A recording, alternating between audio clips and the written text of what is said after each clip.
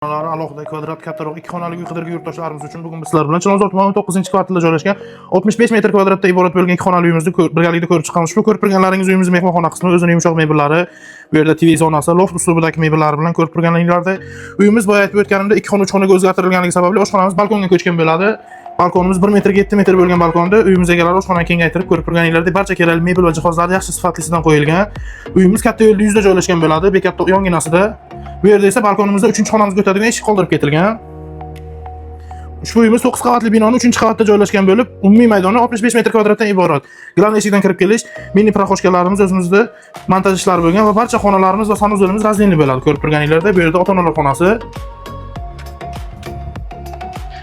Sifat va rang uyg'unligiga alohida e'tibor berib, did bilan ta'mirlangan uyimiz ko'rib turganinglarda kerakli barcha mebel va texnika yaxshi sifatlisidan qo'yilgan. Razdельный sanuzolimiz vanna qismi ko'rib turganinglarda.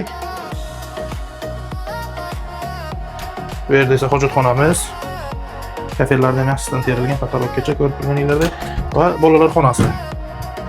Bu yerda ham kattaligi spalnidan qolishmaydi. Ko'rib turganinglardek shinam va keng bolalar xonasi, romlar alishgan.